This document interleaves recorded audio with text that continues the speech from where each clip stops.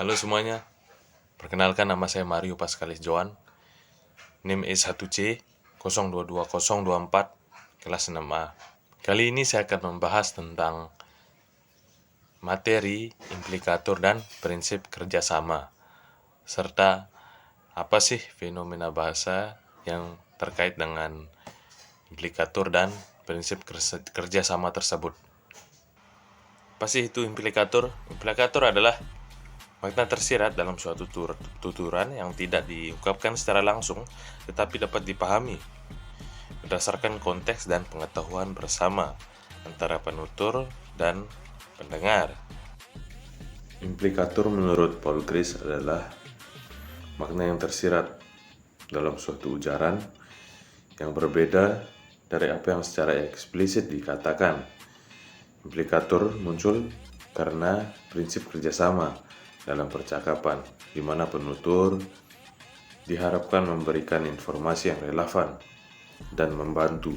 Fungsi implikator adalah menyampaikan informasi secara halus atau secara tidak langsung, tanpa mengatakannya secara eksplisit.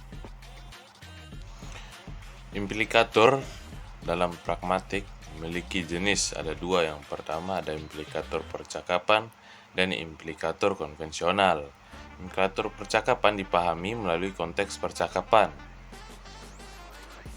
Kalau implikator konvensional dipahami dari makna gramatikal atau satuan bahasa.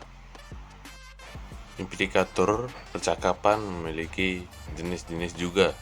Jenis yang pertama ada implikator percakapan umum.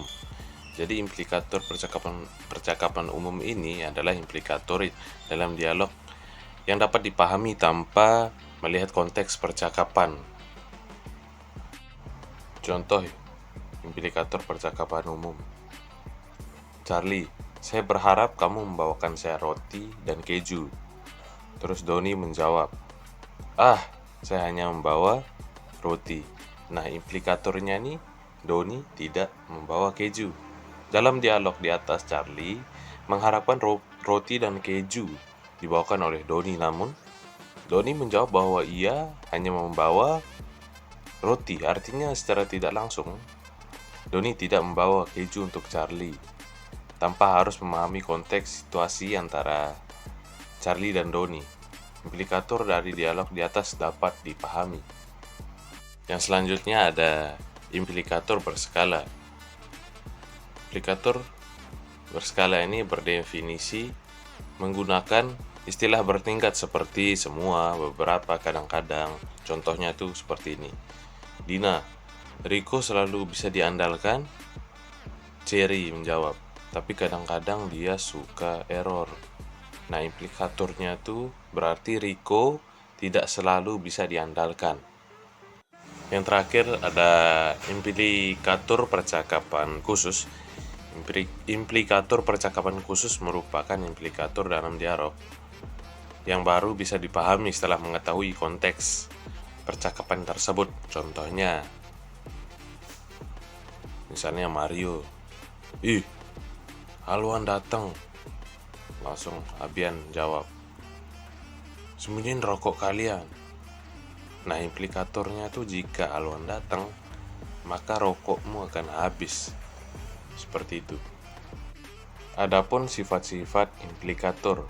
Yang pertama, ada daya batal. Implikator dapat dibatalkan dengan menambahkan informasi atau konteks tambahan yang bertentangan dengan implikator tersebut. Contohnya, saya lapar. Implikasi yang mungkin adalah saya ingin makan. Namun, implikasi ini dapat dibatalkan jika orang tersebut kemudian menambahkan, tapi saya sedang diet. Yang selanjutnya ada daya kemustahilan. Implikator dapat diatasi dengan menghadirkan informasi tambahan yang menunjukkan bahwa implikasi tersebut tidak berlaku dalam konteks tertentu. Contohnya, implikasi saya lapar tidak lagi berlaku jika orang tersebut menambahkan saya baru saja makan. Yang selanjutnya ada daya pisah. Implikator tidak terikat pada bentuk linguistik yang digunakan. melainkan pada makna atau isi semantik dari ujaran. Artinya implikatur dapat muncul meskipun bentuk linguistik yang digunakan berbeda. Contohnya nih, saya lapar dan saya tidak merasa kenyang dapat menghasilkan implikasi yang sama, yaitu saya ingin makan. Dan yang terakhir ada daya hitung. Implikator dapat dihitung atau ditafsirkan berdasarkan konteks percakapan dan prinsip kerjasama.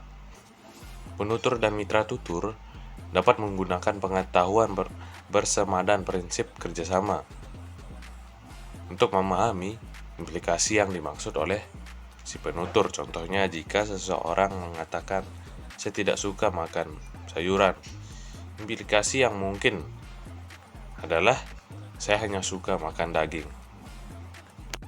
Ya, sekarang kita masuk ke dalam implikator konvensional. Apa sih implikator konvensional?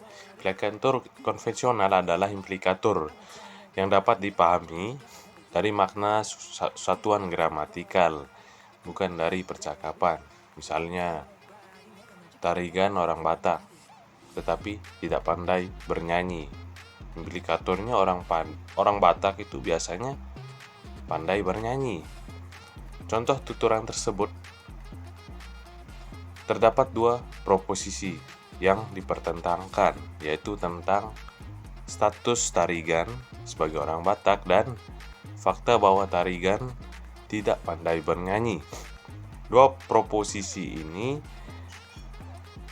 sekilas tidak ada hubungannya, namun ketika dua hal tersebut dibandingkan dan diperbandingkan secara paradoksal, baru bisa disimpulkan bahwa ada stereotip orang Batak biasanya pandai bernyanyi. Prinsip kerjasama. Apa sih prinsip kerjasama itu? Menurut Paul Grice, percakapan yang terjadi dalam masyarakat itu dilandasi oleh suatu prinsip dasar, yaitu prinsip kerjasama. Paul Grice juga mengatakan bahwa dalam percakapan, penutur akan mengharapkan bahwa mitra tuturnya akan melaksanakan kontribusi percakapan seperti yang diharapkan saat ujaran muncul. Menurut Paul Grice, implikator dapat muncul ketika prinsip kerjasama ini dilanggar. Pelanggaran ini terjadi ketika penutur tidak mematuhi maksim-maksim yang ada dalam prinsip kerjasama, seperti kuantitas, kualitas, relevansi, dan cara. Prinsip kerjasama yang terjalin dalam komunikasi ini terwujud dalam empat maksim. Ada maksim kuantitas, ada maksim kualitas, ada maksim relevansi, dan ada maksim cara. Yang pertama ada maksim kuantitas. Maksim kuantitas ini berisikan informasi secukupnya saja, tidak kurang dan tidak lebih dari yang dibutuhkan, agar tujuan pembicaraan atau percakapan itu tercapai. Jangan memberi informasi lebih banyak dari informasi yang dibutuhkan. Contoh maksim kuantitas. Kalimat A, anak gadis saya sekarang sudah punya pacar. Yang kalimat B, anak gadis saya yang perempuan sudah punya pacar. Kalimat A menunjukkan kontribusi yang cukup memadai kepada mitra tuturnya, sedangkan kalimat B terasa berlebihan karena kata gadis sudah bermakna perempuan, sehingga kata perempuan dalam kalimat B memberikan kontribusi yang berlebihan. Seperti itu contohnya. Yang kedua ada maksim kualitas. Maksim kualitas mengharuskan seseorang untuk berbicara jujur dalam menyampaikan informasi. Dan dalam penyampaiannya, informasi harus benar, sesuai dengan bukti yang ada, serta tidak berbohong atau menyampaikan informasi yang salah. Contohnya, jika seseorang bertanya, apakah ibu kota Indonesia? Jawaban yang memenuhi maksim kualitas adalah Jakarta. Ibu kota Indonesia adalah Jakarta karena itu adalah ibu kota yang sebenarnya dan dapat dibuktikan.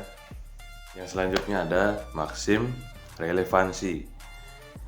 Maksim relevansi itu mengharuskan kita sebagai penutur untuk memberikan informasi yang relevan, yang sesuai dengan konteks dan situasi topik yang sedang dibahas. Contoh maksim relevansi. Saya kasih 2 contoh kalimat. Kalimat yang pertama, kamu mau minum apa? Terus dijawab, saya mau minum teh. Nah, jawaban itu sangat relevan, sesuai dengan pertanyaannya. Yang tidak relevan ini misalnya, kamu mau minum apa? Sudah saya cuci kemarin. Itu sama sekali tidak relevan jawabannya, tidak nyambung. Itu contoh, 2 contoh yang relevan dan tidak relevan dari maksim relevansi. Selanjutnya ada maksim cara. Berdasarkan maksim cara, setiap peserta percakapan harus berbicara langsung dan lugas, serta tidak berlebihan.